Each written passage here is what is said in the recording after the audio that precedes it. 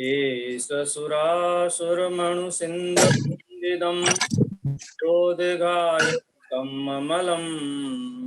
अडमामि बड्ढमाणं तिक्तं धम्मस्तकतारम्। प्रवचन सार ग्रंथ के चरणन योग सूचक चूलिका के ऊपर चर्चा प्रवर्तमान है, जिसमें 232 नंबर की गाथा तक हम पहुंचने वाले हैं।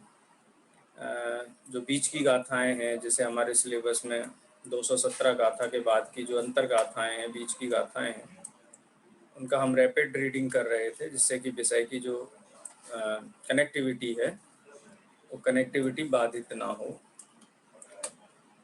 कल हमने जो गाथा पढ़ी थी उसमें जो शब्द आया था आवाम्बा पक्वाम्बा, तो ये प्रश्न कल पूछा भी था आप लोगों ने, और स्वाभाविक है कि हम तो श्रावक लोग भी मांस आदि का भक्षण नहीं करते हैं। नाम लेना ही हमारे लिए निषिद्ध है। तो जो युक्ताहार की चर्चा हो रही है साधु जनों के, उनके संदर्भ में 228 नंबर की जो गाथा में 229 नंबर की गाथा में मधुमंसम इस शब्द का उपयोग ही हमको बड़ा अटपटा लगता है। तो यहाँ युक्ताहार की चर्चा है, तो युक्ताहार कैसा होने चाहिए? एक कम खलु स भक्तः, एक बार ही होना चाहिए तो ही वो युक्ताहार है। अप्रतिपूर्णोदरो, यानी भरपेट ना हो तो वो युक्ताहार है, माने बुभुक्षा से कम ग्रहण किया जाए। यथा लब्धम, माने हम अपने ऑर्डर से नहीं बनवाएं, ऐसा नहीं हम ऐसा ग्रहण करेंगे, ये ग्रहण करेंगे। यथा उपलब्ध, क्योंकि उद्दिष्ट आहार के त्यागी हैं, इसलिए यथा उपलब्ध आहार होना चाहिए। यथा उपलब्ध ना हो तो वो युक्ताहार नहीं है, क्योंकि उसके आरंभ में हिंसा का अनुमोदन है, और पंच महाव्रत के धारी मुनि भगवंत हिंसा के त्यागी होते हैं। भक्षाचरणेन, और भ्रमरी वृत्ति से आहार चर्या की जो विधि है वो विधि पूर्वक लिया गया और विधि पूर्वक ही दिया गया आहार ग्रहण करना। दिवा, रात्रि में ग्रहण नहीं करना, दिन में ही ग्रहण करना, तो वो युक्त आहार है। रसापेक्षो न रसापेक्षो, और जिसमें किसी भी प्रकार का रस परित्याग की भावना, रस की तरफ दृष्टि ना हो, तो वो युक्ताहार है। क्योंकि श्रमण जीवन पूर्णतः शुद्धोपयोग की साधना आराधना के लिए समर्पित है, उसके अतिरिक्त कोई अन्य विकल्प आते नहीं हैं। नहीं आने चाहिए ये बात तो बहुत दूर की रही, आते ही नहीं है। श्रमण का स्वरूप का कथन किया जा रहा है एक प्रकार से। और मधु और मांस से रहित होते हैं। मध्य मांस मधु हम जानते ही हैं, मध्य का शब्द का प्रयोग नहीं, लेकिन वो भी समझ लेना चाहिए। तात्पर्य ये है मांस कहते किसे हैं? खाली पंचेंद्रिय की पेशियों को ही मांस नहीं कहते हैं। दो इंद्रिय जीव भी त्रस जीव, समस्त त्रस जीव मांसाहार की श्रेणी में ही आते हैं। तो किसी भी प्रकार के त्रस जीवों से रहित होना चाहिए। चूंकि श्वेतांबर मत में एक आध इस प्रकार की कथाएं आती हैं जिनमें मांस आदि का उल्लेख है, और आचार्य कुंद देव ने इसीलिए इस शब्द को भी यहाँ पर संकेतवाचक के रूप में ही रखा है। इसमें बहुत घबराने की जरूरत नहीं है। तीसरी बात, बौद्ध मत में किसी भी पशु को हिंसा करके उसका पेशियां, उसका जो मांस है वो ग्रहण करने का निषेध है। लेकिन मृत पशु या फिर कोई दूसरा मांस आदि अगर उनको भिक्षा आदि में देता है तो वो ग्रहण करते हैं। तो वास्तव में मांस का वो स्वरूप ही नहीं जानते हैं, चाहे कच्चा हो, चाहे पका हो, चाहे जीवित पशु का हो, चाहे मृत पशु का हो। मध्य मांस मधु ये हिंसा के आयतन है, जीवोत्पत्ति के आयतन है। इनमें निरंतर जीवों की उत्पत्ति होती रहती है। इसलिए सर्व शुद्ध अहिंसक आहार की तरफ संकेत करने के लिए ये शब्दों का प्रयोग किया है।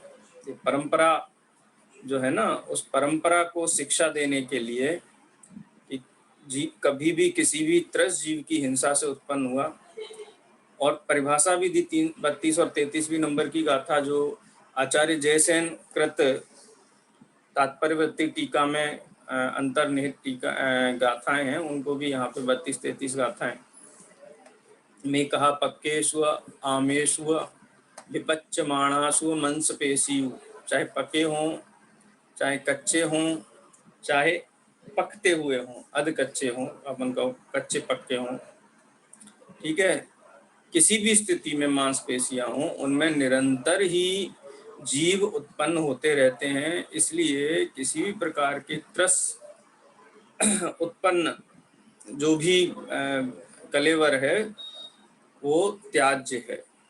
त्याज्य तो छोड़ो, छूना भी उनको अनंत जीवों की हिंसा को कराने वाला है। उसका स्पर्श मात्र भी हिंसा का आयतन है। इस प्रकार से 2 गाथाओं में का गाथा पढ़ लेते हैं। पकते हुए अर पके कच्चे मांस में उस जाति के सदा ही उत्पन्न होते हैं निगोदी जीव बस। जो पके कच्चे मांस को खावे चुए वे नारी नर, जीव जंतु करोड़ों को मारते हैं निरंतर। सम्मूर्छन जीव, जिस पशु के का वो मांसपेशियां हैं, उस पशु के ही जाति के आकार के सम्मूर्छन जीव, संगी पंचेंद्रीय जीव उसमें निरंतर उत्पन्न होते रहते हैं। आपका जो प्रश्न था उस संदर्भ में डॉक्टर साहब ने भी यहाँ उल्लेख किया है, उसको भी हमको रीड करने में कोई परेशानी नहीं है। क्या मुनिराजों के आहार संबंधी चर्चा के संदर्भ में मांस मधु की बात को चटपटी नहीं लगती? जो वस्तुएं सामान्य श्रावक भी नहीं खाते, उनके बारे में उक्त प्रसंग में कुछ कहना। अब आगे डॉट डॉट लगा दिया है उत्तर। यहाँ प्रत्यक्ष मधु मांस की बात नहीं है, अपितु त्रसजीवों के शरीर को मांस कहते हैं, और असावधानी से या अमर्यादित वस्तुओं के सेवन से जो परोक्ष संभावना है, उससे सावधान रहने की बात है। इस श्लोक में कुछ लोग ऐसे भी तो हैं जो इस प्रकार के आरोप तीर्थंकर मुनिराज महावीर पर भी लगाते। माने श्वेतांबर मत में इस प्रकार की कोई कहानी आती है, मैं उसका विस्तार मुझे मालूम नहीं है, इसलिए मैं उसकी चर्चा में यहाँ नहीं पढ़ूंगा। अतः यह चर्चा यहाँ अनावश्यक नहीं है, माने संकेत मात्र करना आवश्यक है। उसी क्रम में तीसरी गाथा भी आचार्य जयसेन की है, पढ़ लेते हैं। जिनागम अविरुद्ध जो आहार हुए हस्तगत, देवे दूसरों को दे तो प्राश्चित योग्य है। अच्छा, मुनिराज स्वयं आहार लेकर के किसी अन्य को दे दें, भूखे को दे दें, कमंडल में जल है किसी पशु को दे दें, कोई प्यास से मर रहा हो तो उसको पानी पिला दें, क्या ये योग्य है? तो कहते हैं कि ये अयोग्य कार्य है, श्रमण की भूमिका के अनुरूप नहीं है। यदि कोई श्रमण को परिणाम आता है और वो अपने कमंडल का जल दे देता है या अपनी अंजुली में लिया हुआ आहार अन्य को दे देता है, तो क्या है? तो कहते हो श्रवणपना रहा ही नहीं ना, फिर तो ग्रस्त हो गए, उद्दिष्टहारी हो गए ना। तो श्रवणपना तो छेद हो गया, एक प्रकार से दीक्षा छेद जैसा ही हो जाता है यदि इस प्रकार के परिणाम श्रवणों को आते हैं। पालन पोषण का भाव है जगत को, पेट भरने का भाव है, तो ये ग्रस्तों का भाव है, श्रवणों का भाव नहीं है। श्रवण की भूमिका में यदि भाव आता है तो श्रवण नहीं है, ग्रस्त है, वस्त्र रहित गृहस्थ है ना ख्याल में।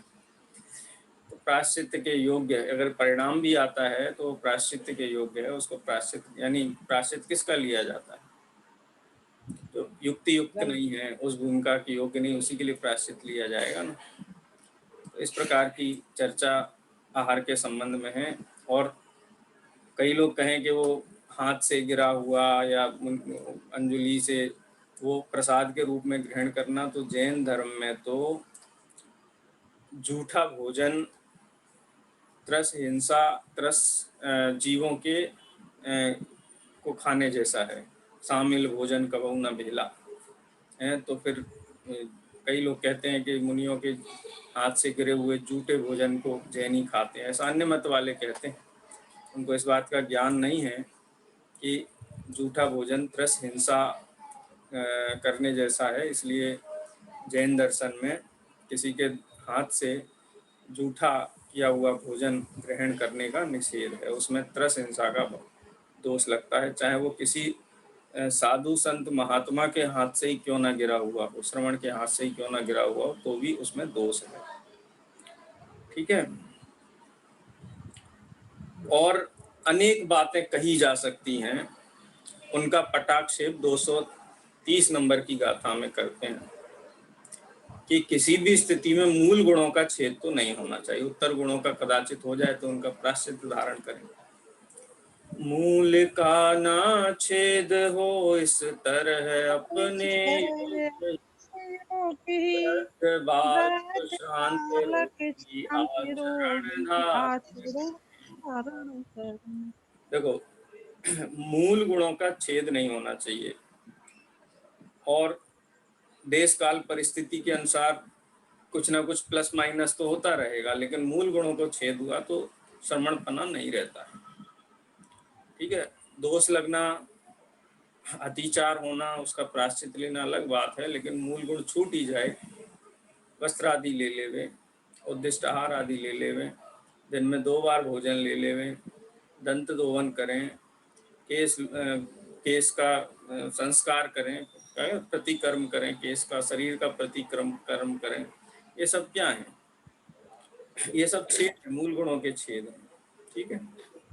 तो इस प्रकार से चाहे वो वृद्ध हों, वृद्ध मुनि हैं, बालक मुनि हैं, श्रांत हैं, रोगी हैं, श्वेतांबर आदि मत में तो ऑपरेशन करा लेते हैं हॉस्पिटल में जाकर के, गृहस्थ रहते हैं वो उनके जो साधु जन है, लेकिन श्रमणों का ये स्वरूप नहीं है। दीक्षा छेद करके, गृहस्थपना धारण करके रोग का, यदि आचार्य आज्ञा दें तो रोग का उपचार कर सकते हैं, मर्यादित जो भी है, उन्हें दीक्षित हो सकते हैं, लेकिन उस भूमिका में, श्रवण अवस्था में इन सब का निषेध है, क्योंकि उनमें मूल गुणों का छेद हो जाता है, मूल गुण नष्ट हो जाते हैं। अगर कोई फिर भी आग्रह से उस वेश को धारण किए रहता है तो वो ग्रस्त ही है, निर्वस्त्र ग्रस्तवत है, वो श्रमण नहीं है। श्रावकों के संबंध में भी आगम में कहा गया है कि हम कैसे लोकाचार का पालन करें। जैन अजैन सबके बीच में तो रहना पड़ता है, व्यापार है, व्यवसाय है, घर गृहस्थी है, समाज है, देश है, तो हम क्या करें क्या नहीं करें हमको समझ में नहीं आता है। उसके संबंध में भी शास्त्रों में आज्ञा है, जिसमें सम्यक्त्व की हानि होती हो या व्रतों को दोष लगता हो, तो वो लौकिक वृत्ति श्रावकों को भी धारण नहीं करनी चाहिए। यत्र सम्यक्त हानि न चापि व्रत दूषणम, सम्यक्त की हानि ना हो, व्रतों को दोष न लगे, ऐसी लौकिक वृत्ति कर सकते हैं, क्योंकि देश काल परिस्थिति के अनुसार चीजें बदलती रहती। ठीक है। और ये 231 नंबर की जो मोक्ष मार्ग प्रज्ञापन की अंतिम गाथा है, ये भी अपन देख लेते हैं, उसके बाद अपना 232 नंबर की गाथा पे चर्चा करेंगे, जो कि सिलेबस का विषय है। श्रमण श्रम क्षमता उपधि लख देश एवं काल को, जान कर वर्तन करें तो अल्पलेपी जानिए। इसकी टीका में कुछ महत्वपूर्ण बिंदु हैं, अपने कोर्स में नहीं इसलिए मैं डिटेल में नहीं जा रहा हूँ, कि श्रमण श्रम क्षमता उपधि लख देश एवं काल को जानकर वर्तन करें तो अल्पलेपी जानिए। 2 शब्दों का प्रयोग किया गया है। श्रमण के लिए 2 मार्ग हैं, एक उत्सर्ग मार्ग है, एक अपवाद मार्ग है। आहार आदि ग्रहण करना, ये सब अपवाद मार्ग के अंतर्गत आते हैं। शुद्धोपयोग में रहना ये उत्सर्ग मार्ग है। श्रमण ने शुद्धोपयोग की प्रतिज्ञा ली है, समता भाव चारित्र की प्रतिज्ञा ली है, यानी उत्सर्ग मार्ग की प्रतिज्ञा ली है, तो उत्सर्ग मार्ग का ही पालन करना चाहिए। लेकिन देश काल परिस्थिति के अनुसार जहां अल्पलेप हो, ऐसा अपवाद मार्ग भी ग्रहण करने योग्य है, माने अपवाद मार्ग का भी ग्रहण किया जा सकता है। जैसे एक दृष्टांत के माध्यम से हम समझें, कोई साधु ये कहें कि हमने तो शुद्धोपयोग की प्रतिज्ञा ली है, हम तो शुद्धोपयोग की आराधना में रहेंगे, हम आहारचर्या के लिए जाएंगे ही नहीं, नगर में लौकिक जनों के बीच में जाएंगे ही नहीं, उसमें तो समय बर्बाद करें, हम तो शुद्धोपयोग में रहेंगे। ऐसे हठपूर्वक यदि जो देश काल परिस्थिति, भूमिका और शरीर की स्थिति आदि के संबंध में जो कार्य हैं, जो अपवाद हैं, उनको भी श्रवण को ग्रहण करना पड़ता है। यदि ना करें तो क्या होगा? तो देह छूट जाएगा। देह छूट जाएगा तो कहाँ जाएगा? स्वर्ग आदि में जाएगा। तो उत्सर्ग मार्ग को एकांत से साधते हुए यदि देह छूट जाए तो उन श्रवणों के लिए टीका में आचार्य अमृतचंद्र देव ने कहा है कि मानो उन्होंने अपने उत्तम संयम का वमन कर दिया हो, क्योंकि देवगति में तो संयम रहेगा नहीं, वहां तो असंयम ही हो जाएंगे। तो इसलिए उस संयम की रक्षा के लिए भी अपवाद मार्ग का अनुसरण करना चाहिए। ठीक है, लेकिन अपवाद मार्ग का अनुसरण करते हुए यदि उत्सर्ग मार्ग का अनदेखी करे, उत्सर्ग मार्ग को छोड़ दे, शुद्धोपयोग की आराधना साधना छोड़ दे, तो बहुत लेप होता है उसको। लेकिन उत्सर्ग मार्ग टिकाए रखने के लिए कदाचित अपवाद मार्ग का ग्रहण करता है तो उसमें अल्प लेप ही होता है, अल्प ही लेप होता है। ठीक है, तो इस प्रकार से इस गाथा की टीका है, आप अवश्य उसको पढ़ना। सर अपवाद में तो 6वां गुण स्थान लेते और उत्सर्ग में 7वां गुण स्थान लेते। तो प्रश्न क्या है? देखो, उत्सर्ग मार्ग का मतलब है कठोर आचरण करते हुए शुद्धोपयोग की साधना करना। ठीक है, और मृदु आचरण करना उसको अपवाद मार्ग का है। मृदु आचरण में आहार आदि को ही मुख्य रूप से यहाँ पर शामिल किया। आप टीका पढ़िए, टीका में आपको ख्याल में आ जाएगा। 6ठे गुण स्थान को अपवाद मार्ग ही कहेंगे ना, और क्या कहेंगे? 7वें गुण स्थान को उत्सर्ग मार्ग कहेंगे, ऐसा भी कह सकते हैं। मैंने आहारचर्या आदि का दृष्टांत इसलिए दिया कि यदि अपवाद मार्ग का ग्रहण ना करें तो देह की स्थिति रहेगी कि नहीं रहेगी? तो फिर उत्सर्ग की साधना कैसे होगी? इस अपेक्षा से मैंने वो बात कही है। आपका कहना ठीक है। चलिए, अब ये तो श्रवण कैसे होना है, क्या मूल गुण हैं, उन मूल गुणों की साधना किस प्रकार से होनी चाहिए, लक्ष्य क्या होना चाहिए, सारी चर्चाएं आचरण प्रज्ञापन में अपनी पूरी हुई है। अब मोक्ष मार्ग, श्रवण धारण किस लिए किया है? रत्नत्रय की आराधना के लिए। मोक्ष मार्ग है ना, इसलिए मोक्ष मार्ग का प्रज्ञापन करते हैं, ज्ञान कराते हैं। मोक्ष मार्ग क्या है, किस प्रकार से उसकी साधना की जाती है। देखो, इसकी उत्थानिका देखते हैं। अथ श्रामण्य अपर नामनो मोक्ष मार्ग, पर्यायवाची दिया। अब श्रामण्य अपर नाम माने बोलते ना घर का नाम और स्कूल का नाम। अपर नाम दूसरा नाम, श्रामण्य का दूसरा नाम क्या कहा? मोक्ष मार्ग। मोक्ष मार्ग का, और मोक्ष मार्ग का लक्षण क्या है? एकाग्र लक्षणस्य, एकाग्रता लक्षण वाले श्रवण अपर नाम मोक्ष मार्ग का के लक्षण से, लक्षण का प्रज्ञापनम ज्ञान कराते हैं। तत्र तन्मूल साधन भूते प्रथम आगम एव व्यापारयति। एकाग्र रहना है ना, श्रवण का लक्षण है एकाग्रता, मोक्ष मार्ग का लक्षण है एकाग्रता। और श्रवण और मोक्ष मार्ग क्या है? पर्यायवाची। इस प्रकार से यहाँ आचार्य अमृतचंद्र देव कहते हैं। अब उस एकाग्रता की साधना ही करनी है, तो उसकी साधना कैसे की जाए? तो उसके साधन का जो मूल है आगम, आगम एवं व्यापारयति, उस आगम के संबंध में ही चर्चा करते हैं। ठीक है, उत्थानिका है। गाथा पढ़ेंगे, गाथा पाठ करते हैं। ये अगदो समणो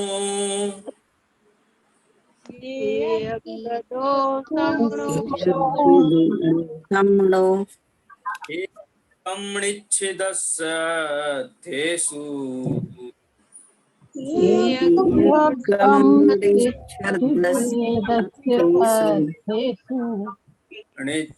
निश्चित्यागमदो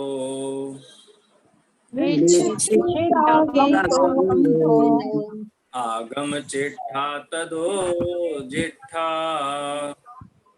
आगम जेठा जेठा। इसका पाठ पाठ करते हैं हिंदी अनुवाद का।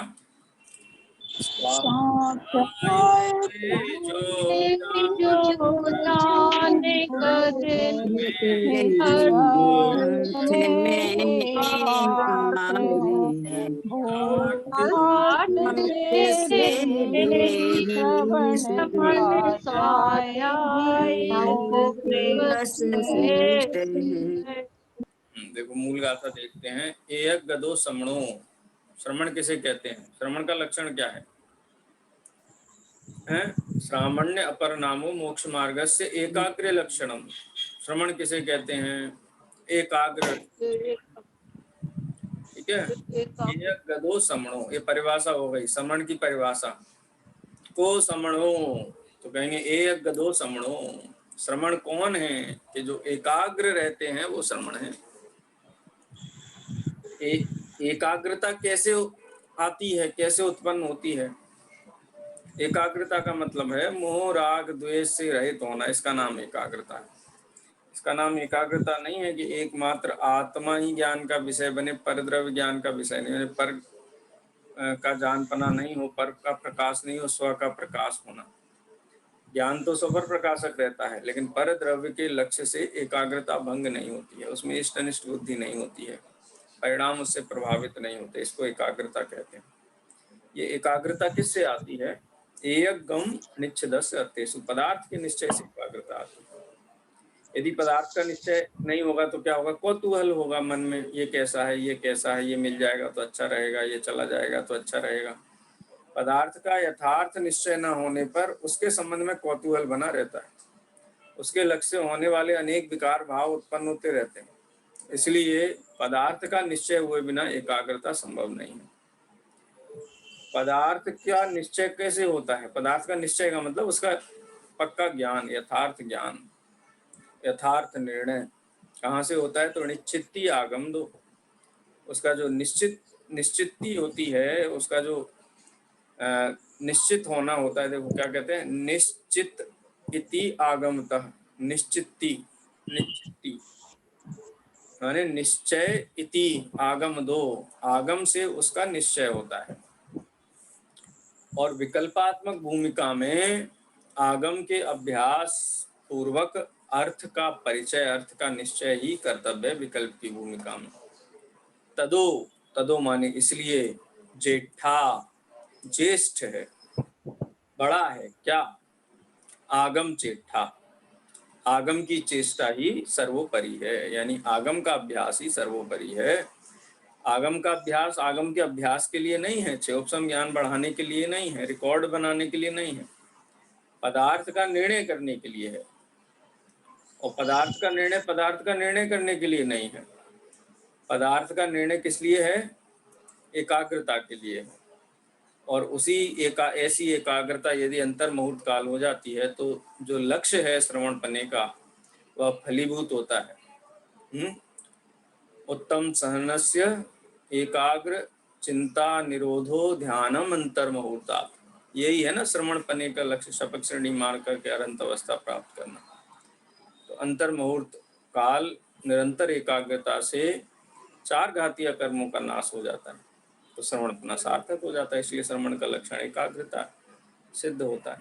ठीक है, चलिए अब इसकी रीडिंग करते हैं। कोई प्रश्न है गाथा के संदर्भ में?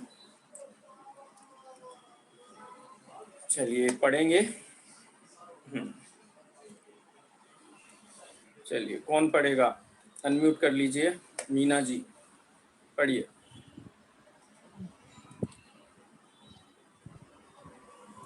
एकाग्रता को प्राप्त पुरुष श्रमण होते हैं और एकाग्रता पदार्थों के निश्चय करने वाले को ही होती है तथा पदार्थों का निश्चय आगम द्वारा होता है।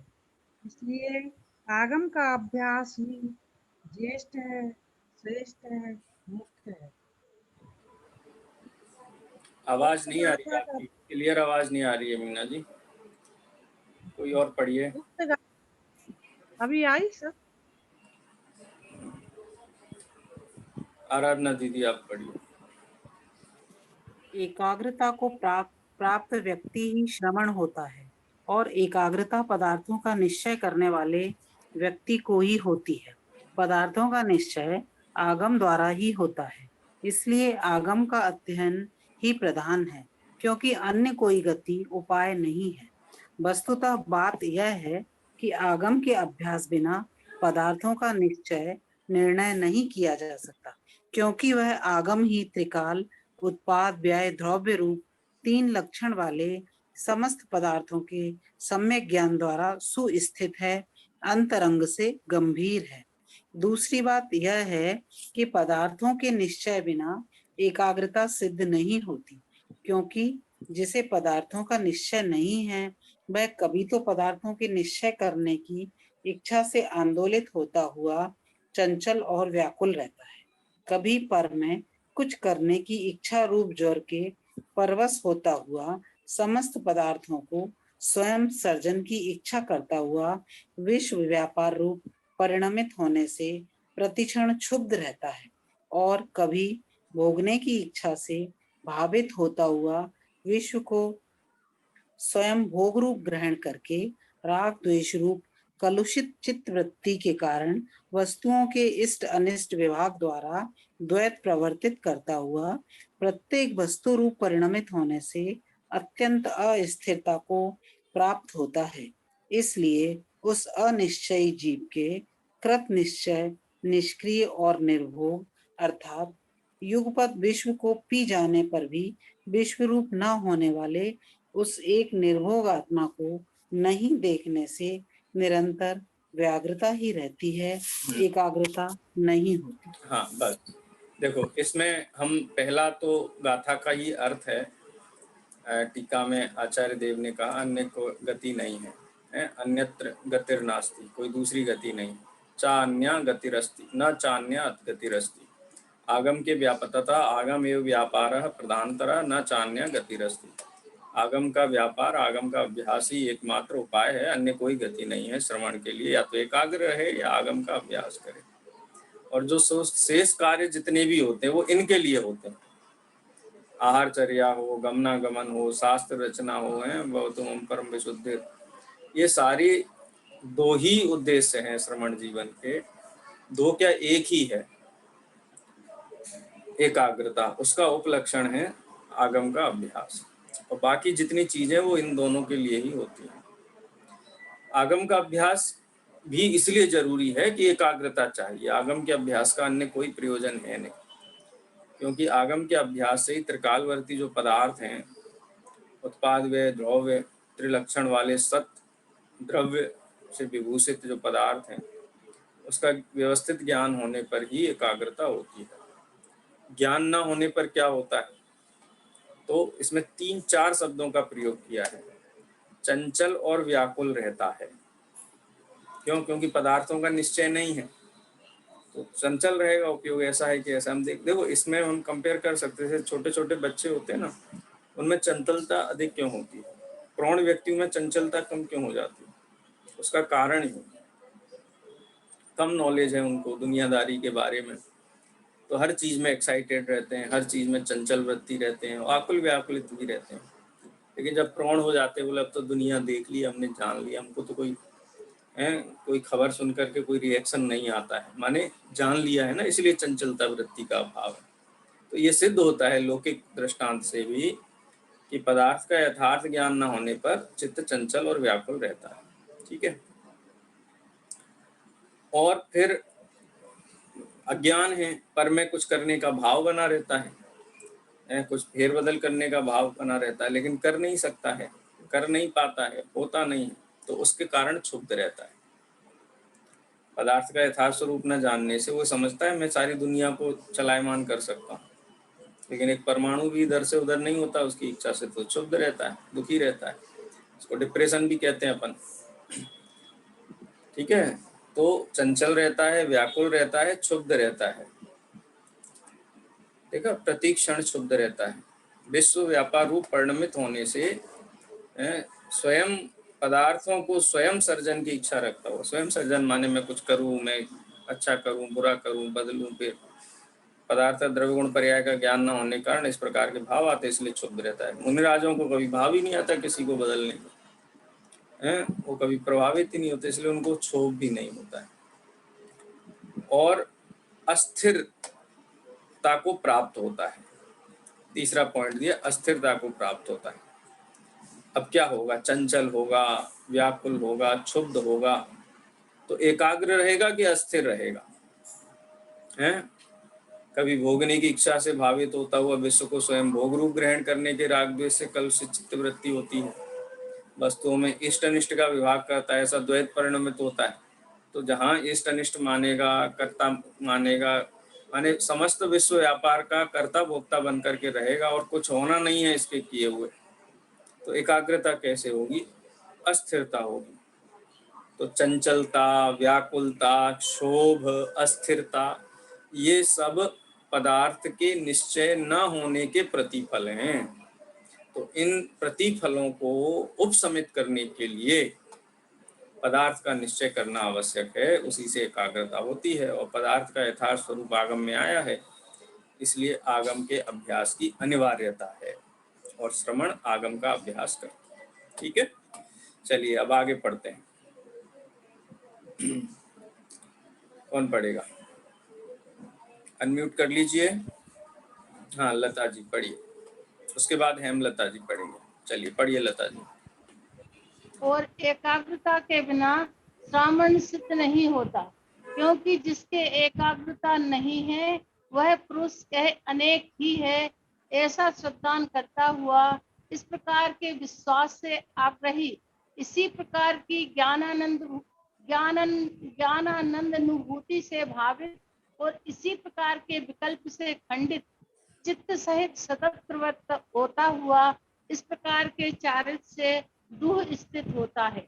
इसलिए उसे एक आत्मा की प्रतीति, अनुभूति और प्रवृत्ति रूप सम्यक दर्शन, ज्ञान चारित्र रूप से प्रवर्तमान दृष्टि, ज्ञप्ति, वृत्ति रूप एकाग्रता नहीं होने से शुद्धात्म तत्व में प्रवृत्ति रूप सामान्य ही नहीं होता। अतः मोक्ष मार्ग रूप श्रावण की सिद्धि के लिए मुमुक्षुओं को भगवान श्री अरहंत सर्वज्ञ कथित अनेकांतमयी शब्द ब्रह्म में निष्णात होना चाहिए। बस, बस बस बस, बहुत सुंदर शब्दों का प्रयोग किया है आचार्य देव ने। दृषि ज्ञप्ति वृत्ति रूप एकाग्रता नहीं होने से, ये दृषि ज्ञप्ति वृत्ति रूप एकाग्रता क्यों नहीं होती है, क्योंकि वह चारित्र से दुस्थित है, चारित्र में स्थित नहीं है। चारित्र में दुस्थित क्यों है, क्योंकि उसको एकाग्रता नहीं है। तन उपजत अपनी उपज जान, तन नसत आपको नासमान, ये तो मिथ्यात्व जनित कहना चाहिए द्वैत है, अथवा मिथ्यात्व जनित भ्रम है, ये तो दुख का कारण है ही। लेकिन चतुर्थ पंचम गुण स्थान में भी, यहाँ तक कि छठवें गुण स्थान में भी, हम छठवें गुण स्थानवर्ती श्रवण की बात करें यहाँ पर, तो छठे गुण स्थान में भी श्रवण जन आगम का अभ्यास करते हैं। उस आगम के अभ्यास रूप शुभ भाव में भी वो अस्थिरता का अनुभव करते हैं, क्षोभ का अनुभव करते हैं, वहां पे भी चंचल का, इसीलिए उस वृत्ति का अवलंबन लेकर के उसको छोड़ करके एकाग्र होना चाहते, उस लक्षण की सिद्धि करना चाहते। इसलिए एकाग्रता जिसका लक्षण है, ऐसा श्रवण पने की आराधना के लिए पदार्थ का निश्चय होना परम आवश्यक है। और पदार्थ का निश्चय होने पर ही दृष्टि, ज्ञप्ति और वृत्ति रूप एकाग्रता होती है। अगर यदि पदार्थ का ज्ञान नहीं होगा तो दर्शन ज्ञान चारित्र की एकाग्रता नहीं होगी, तो शुद्धात्मा में प्रवृत्ति भी नहीं होगी, जो कि छठवीं सातवीं गाथा में कहा था कि चारित्र समता भाव रूप मोह और क्षोभ से विहीन है, उसकी सिद्धि नहीं होती है। इसलिए अतः मोक्ष मार्ग रूप श्रावण्य की सिद्धि के लिए मुमुक्षुओं को भगवान श्री अरहंत सर्वज्ञ कथित अनेकांतमयी शब्द ब्रह्म में निष्णात होना चाहिए, प्रवीण होना चाहिए, बिल्कुल भी कचास की गुंजाइश नहीं होनी चाहिए। बहुत सुंदर शब्दों का प्रयोग है। एक प्रश्न उत्तर और देख लेते हैं, पढ़िए हेमलता जी। प्रश्न, गाथा और टीका में अकेले आगम के अभ्यास की ही प्रेरणा दी गई है। आवाज धीमी आ रही है आपकी भी। नहीं आ रही है? अब आई? अब आई? हाँ, थोड़ा तेज पढ़िए। गाथा और टीका में अकेले आ रही है सर? अब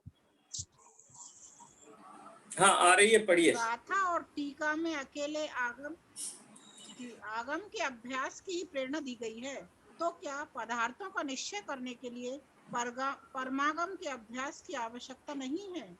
उत्तर, अरे भाई, परमागम भी आगम का ही अंग है, अतः आगम कहने पर उसमें अध्यात्म का प्रतिपादक परमागम भी समाहित हो जाता है। हो सकता है कि आचार्य जयसेन के सामने भी इस प्रकार का प्रश्न उपस्थित हुआ हो।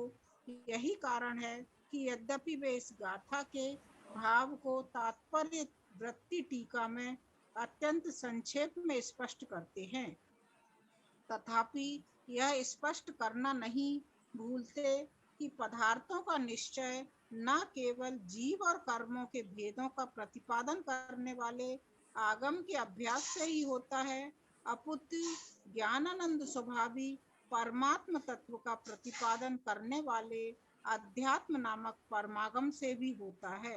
अतः आगम और परमागम दोनों का अभ्यास करना चाहिए।